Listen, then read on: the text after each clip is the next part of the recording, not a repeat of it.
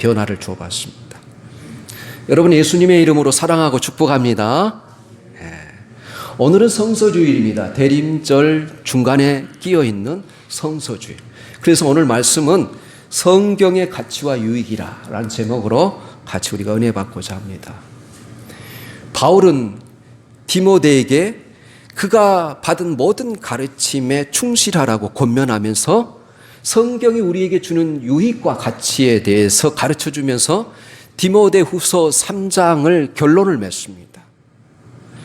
여러분, 디모데는 바울이 복음으로 낳은 아들입니다.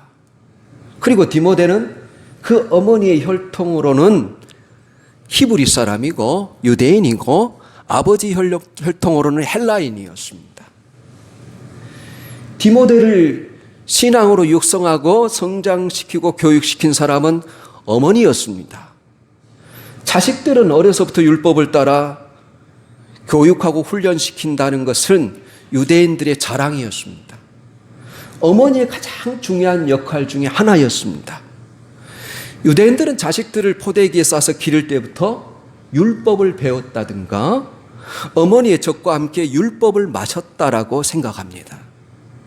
유대인들은 이 아이들의 영혼과 정신 내에 하나님의 말씀이 새겨져 있어서 자신을 이름을 잊을 때에도 유대인들은 결코 율법을 잊은 일이 없다고 생각합니다. 그래서 디모데는 어릴 때부터 하나님의 말씀을 알고 있었어요. 여기서 바울이 말하고 있는 성경은 구약 성경을 말하고 있어요. 왜냐하면 아직 신약의 성경이 완성되거나 기록되지 않았기 때문에 그렇습니다.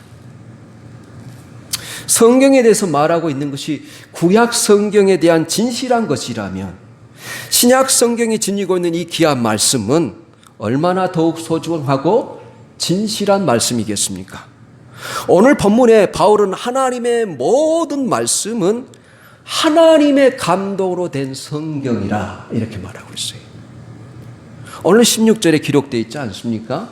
모든 성경은 하나님의 감동으로 된 것으로 또는 모든 성경은 하나님의 영감으로 된 것으로 이 하나님의 감동으로 되었다는 말은 무슨 뜻이냐면 하나님의 영이 성경을 기록하는 선지자들과 사도들 안에 들어가서 그들의 마음을 감동시킴으로 그들로 하여금 성경을 기록하게 했다는 뜻입니다.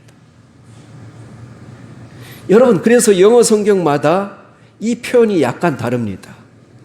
NLT 성경은 inspired 되어 있습니다. by God. 하나님에 의해서 하나님이 영감을 주셨다. 이렇게 되어 있고 NIV 성경에는 하나님이 이 성경을 기록한 사람들의 마음속에 영혼 속에 하나님의 생명의 숨결을 불어넣으셨다. 이렇게 되어 있어요. 그래서 여러분, 이 영감이라는 것, 하나님의 감동으로 되었다는 것은 하나님의 뜻과 정신에 전혀 오류가 없도록 그 말씀을 전달하도록 이 성경을 기록한 모든 사람들의 지성과 모든 상황을 성령님이 주장하셨다. 이런 뜻이에요. 그런데 여러분, 이 성령의 감동으로 되었다는 이 표현이 신약 성경에 유일하게 여기 하나뿐이 없어요. 그리고 이 단어는 여기에 있는 본문 말씀이 전부입니다. 다른 곳에서는 아무리 찾으려고 해도 하나님의 감동으로 기록된 성경이란 말이 없어요. 구약 성경에 창세기 2장 7절에 하나님께서 유일하게 히브리어도 똑같은 표현을 사용합니다. 그것이 뭡니까? 하나님이 사람을 흙으로 빚으시고 그 코에 생명의 숨결을 불어넣으셔서 사람이 생명이 된지라 할 때 그 표현이 유일하게 창세기 2장 7절에 한 번 나와요. 그러니까 하나님이 사람을 창조하시고 만드셨을 때 하나님이 생명의 호흡, 생명의 숨결, 우리에게 하나님께서 기력을 주시고 움직이게 하셨던 그 생명의 힘, 그것을 하나님의 말씀을 기록할 때 성경의 저자들에게 똑같이 감동하셔서 주의 말씀을 기록하게 했다는 겁니다. 여러분, 인간관계에 있어서 언어는 참으로 중요합니다. 그것을 통해서 자신의 생각을 참으로 전달하기도 하고 다른 사람들의 생각을 우리가 알아차리기도 하죠. 그런데 이런 언어적인 대화, 인간관계에서만 있었던 것이 아닙니다. 구약 성경에 보면 하나님께서는 모세를 부르셨을 때도 구두로 부르셔요. 말씀을 하십니다. 하나님이 인간과 직접 대화를 하는 장면이 출애굽기에는 많이 기록되어 있어요. 여러분, 성경이 다 완성된 오늘날에는 하나님이 우리에게 주의 뜻을 전달하는 방식과 내용이 다르지만 기록된 말씀을 통해서 우리에게 말씀하시고 우리가 기록된 말씀 붙들고 기도할 때 응답하심으로 역사하시는 거예요. 그때보다 더 확실한 방법인 구술이나 구두가 아니라 활자로 하나님께서 말씀을 주셨습니다. 하나님께서 우리를 향한 하나님의 뜻을 인쇄술의 발달과 더불어 우리에게 기록된 말씀을 통해서 더 정확하게, 더 분명하게 말씀하고 있습니다. 그것이 성경입니다. 그렇습니다. 성경은 확실한 하나님의 뜻을 담고 있습니다. 성경은 하나님의 마음을 담고 있습니다. 성경은 따뜻한 하나님의 사랑을 담고 있습니다. 그것은 주님이 말씀하신 것처럼 1.1획도 변함없이 그대로 이루어지는 절대 불변의 진리를 담고 있습니다. 그리고 시대의 변화와 상관없이 오늘날도 이 기록된 성경 말씀을 통해서 하나님은 말씀하십니다. 그래서 청교도 목사인 토마스 왓슨은 신약 성경과 구약 성경은 우리에게서 말씀하신 하나님의 두 입술이다, 그렇게 말했어요. 성도 여러분, 여러분을 향한 하나님의 뜻을 알고 싶습니까? 여러분이 고난 가운데 환난 가운데 하나님의 뜻이 어디 있는지 궁금할 때가 많지 않습니까? 그렇다면 우리가 성경에서 해답을 찾으십시오. 그러면 여러분에게 들려지는 정확한 하나님의 음성을 들을 수 있을 것입니다. 그렇다면 사도 바울의 생애 가운데 가장 나중에 쓰여진 이 목회 서신을 통해서 디모데에게 또한 오늘날 우리에게 유언처럼 남기고 싶었던 말씀, 이 성경의 가치와 유익은 무엇일까요? 첫 번째로 사도 바울은 성경이 주는 첫 번째 유익은 성경은 우리를 구원에 이르는 지혜를 담고 있다, 이렇게 말해요. 여러분, 제가 14절, 이 디모데후서 14절, 이 14절, 15절 말씀을 표준 세번역으로 여러분에게 읽어드리겠습니다. 그러나 그대는 그대가 배워서 굳게 믿는 그 진리 안에 머무십시오. 그대는 그것을 누구에게서 배웠는지를 알고 있습니다. 그대는 어려서부터 성경을 알고 있습니다.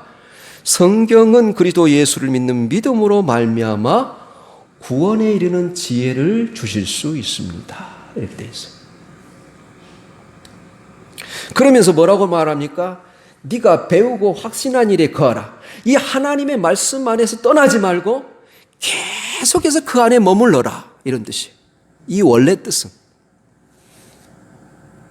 그래서 여러분, 첫 번째 목적은 뭐냐면, 성경을 기록한 첫 번째 목적은 우리에게 하나님께서 구원을 이루시도록 하시기 위해서 성경을 주셨다 그래요. 요한복음 20장 31절 말씀, 우리가 너무나 잘 아는 말씀이지 않습니까?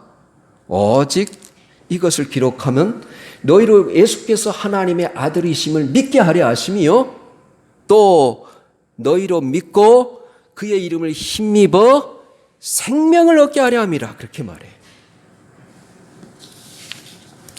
그래서 하나님이 성경을 주신 첫 번째 목적은 성경을 읽는 사람들이 구원을 얻게 하기 위해서라는 것입니다. 그래서 성경에는 구원을 얻는 방법이 잘 소개되어 있습니다. 그는 구원이라는 것은 우리 인생의 문제에서 가장 중요한 문제입니다. 영원한 생명을 소유하는 것보다 더 중요한 일이 어디 있을까요? 때문에 하나님은 우리에게 가장 중요한 구원의 복된 소식을 성경에 자세히 기록해 놓았습니다. 이러한 가장 복된 소식인 구원은 오직 그리스도를 믿음으로 가능하다는 거예요. 여러분 사도행전 4장 12절에 제가 자주 인용하는 말씀이지만 다른 이로서는 구원받을 수 없나니 천하 사람 중에 구원을 받을 만한 다른 이름을 우리에게 주신 일이 없음이라 그래요. 구원은 세상의 어떤 방법으로도 이룰 수 없습니다. 모든 책을 선명하고 모든 학문을 통달하여 세상의 온갖 지식을 소유했을지라도 우리가 가진 지식으로는 구원을 얻을 수 없습니다. 그렇다고 돈으로 살 수 있는 것도 아니고 권력으로 뺏을 수 있는 것도 아닙니다. 오직 예수 그리스도를 믿음으로만 구원을 얻을 수 있습니다. 왜냐하면 예수님은 하나님이시고 하나님의 아들이시고 그 하나님의 아들이신 예수님이 내가 죽어야 될 모든 죄값을 십자가에서 다 대신 담당하고 죽으셨기 때문입니다. 그러기에 예수님을 믿어야만이 구원을 받을 수 있음을 믿으시기를 예수님의 이름으로 축복합니다.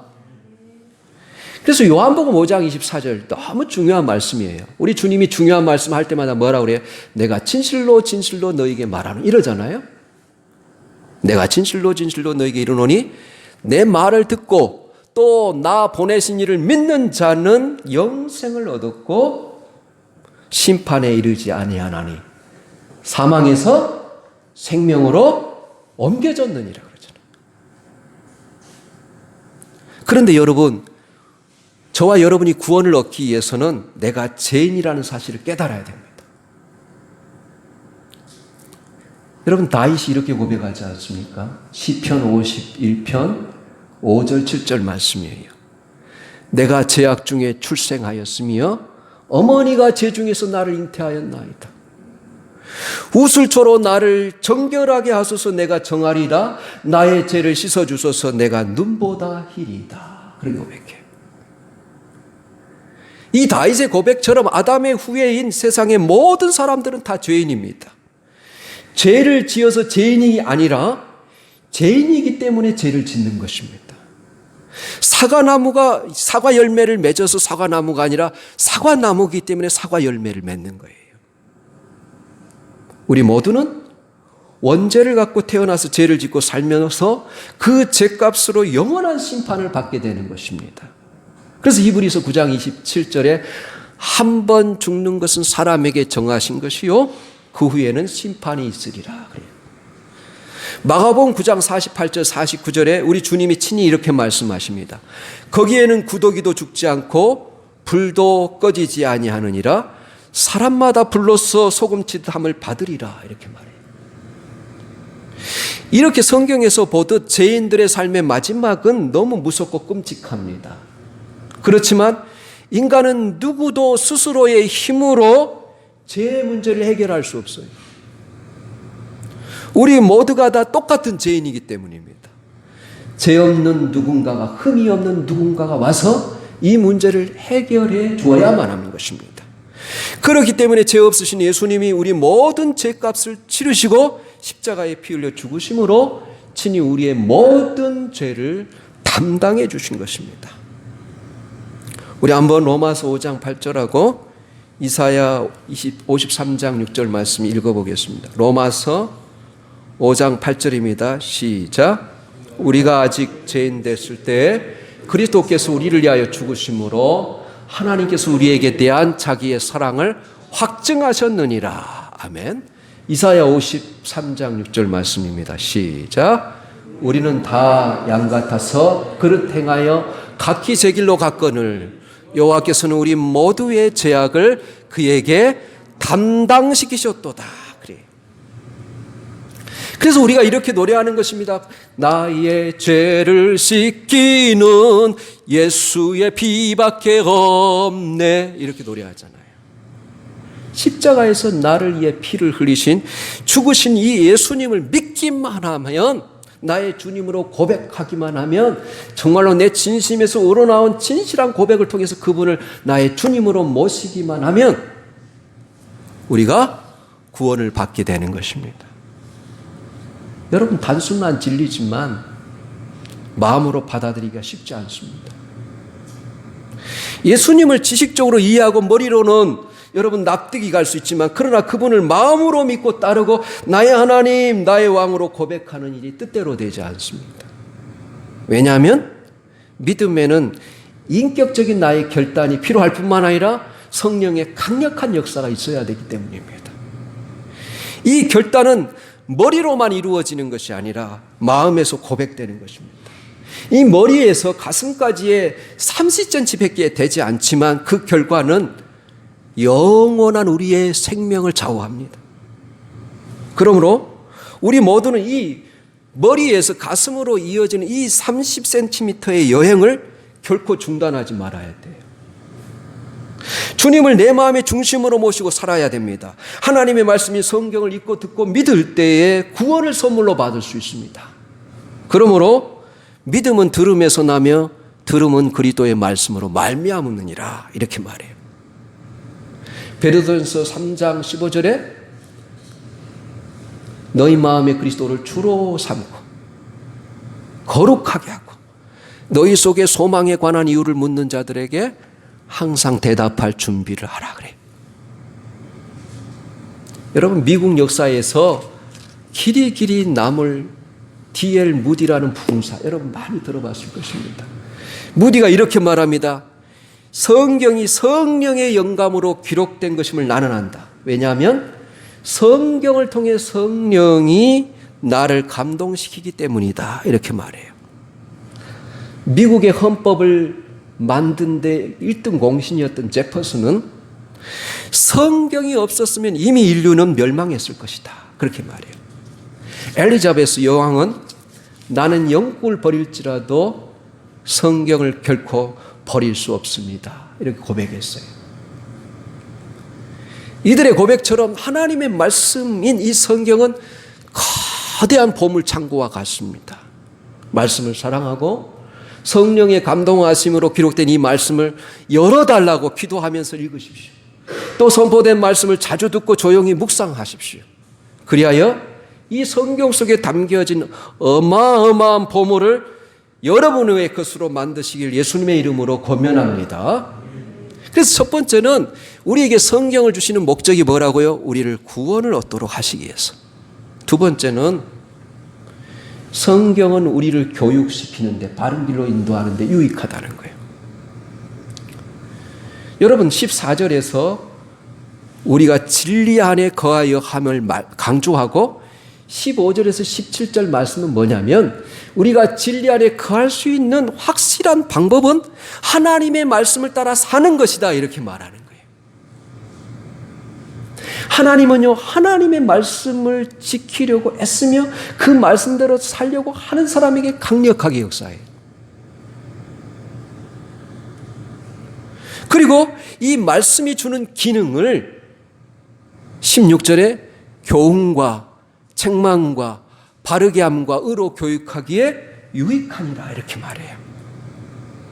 그렇습니다, 여러분. 이 거짓이 난무하는 이 세상에서 진리를 따르고자 하는 우리에게 유일한 지침서가 오직 하나님의 감동으로 된 성경뿐이라는 거예요. 그리고 이 영감된 성경으로 우리는 진리가 무엇이고 어떻게 살아야 하는지를 알게 되는 겁니다. 그래서 성경은 우리의 인생을 살아가는 지침서예요. 그리고 인생의 방향을 알려주는 나침판이에요.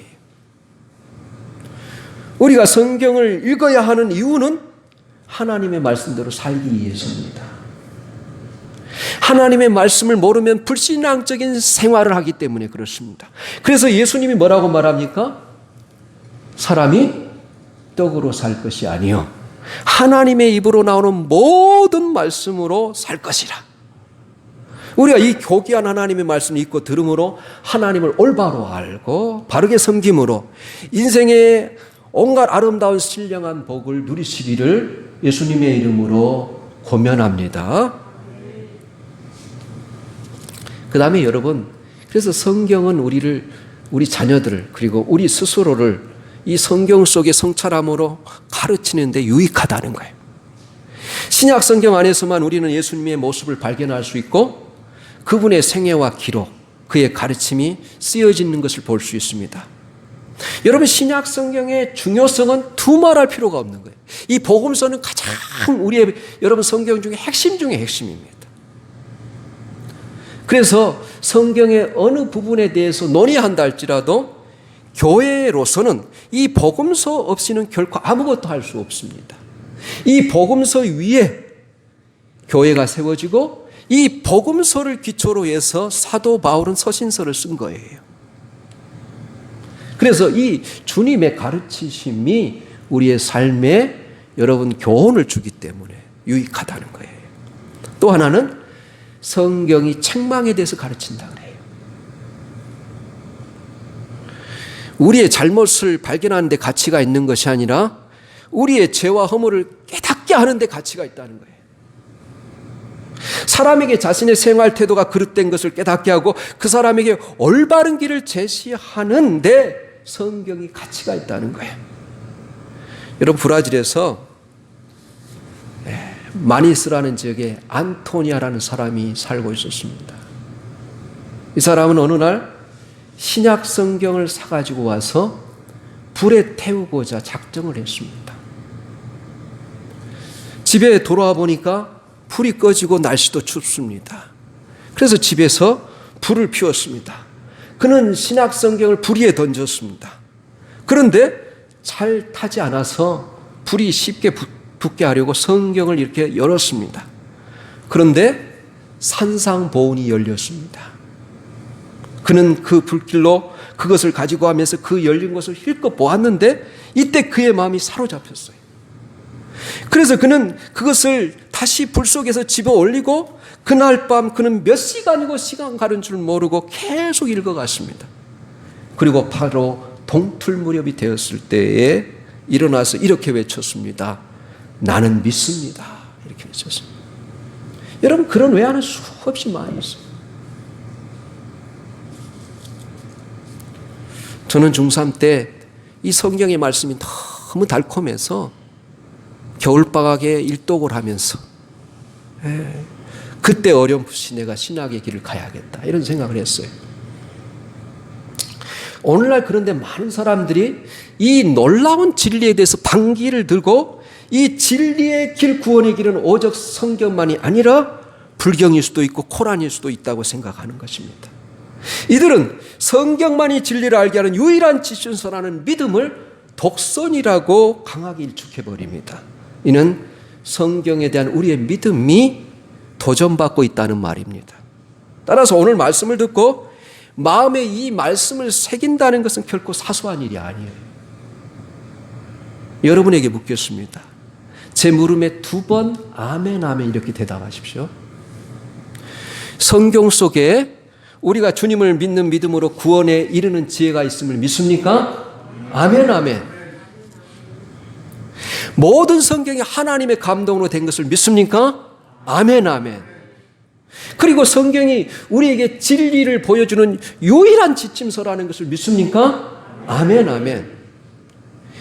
이 질문에 아멘 하신 여러분 모두가 이 진리 아래 거하는 복된 삶을 사시기를 예수님의 이름으로 기원합니다. 셋째로 하나님께서 우리에게 성경을 주신 세 번째 목적은 17절입니다. 우리 같이 한번 읽어볼까요? 17절 시작. 이는 하나님의 사람으로 온전하게 하며 모든 선한 일을 행할 능력을 갖추게 하려 함이라. 여러분, 표준 세번역이 아주 이 부분을 잘 번역해 놨어요. 저는 모든 가지고 있는 성경을 다 말씀을 준비할 때 다 읽어봅니다. 표준 세번역은 이렇게 놨어요. 성경은 하나님의 사람을 유능하게 하고 그에게 온갖 선한 일을 할 수 있게 하는 것입니다. 이렇게 되어 있어요.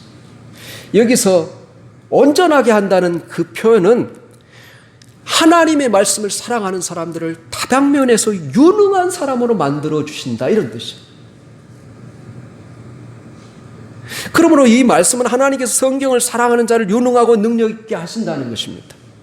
하나님은 먼저 우리에게 착한 마음을 주시고 선한 행동을 하게 하시고 모든 일에 정직한 마음으로 열심을 내게 하는 것입니다.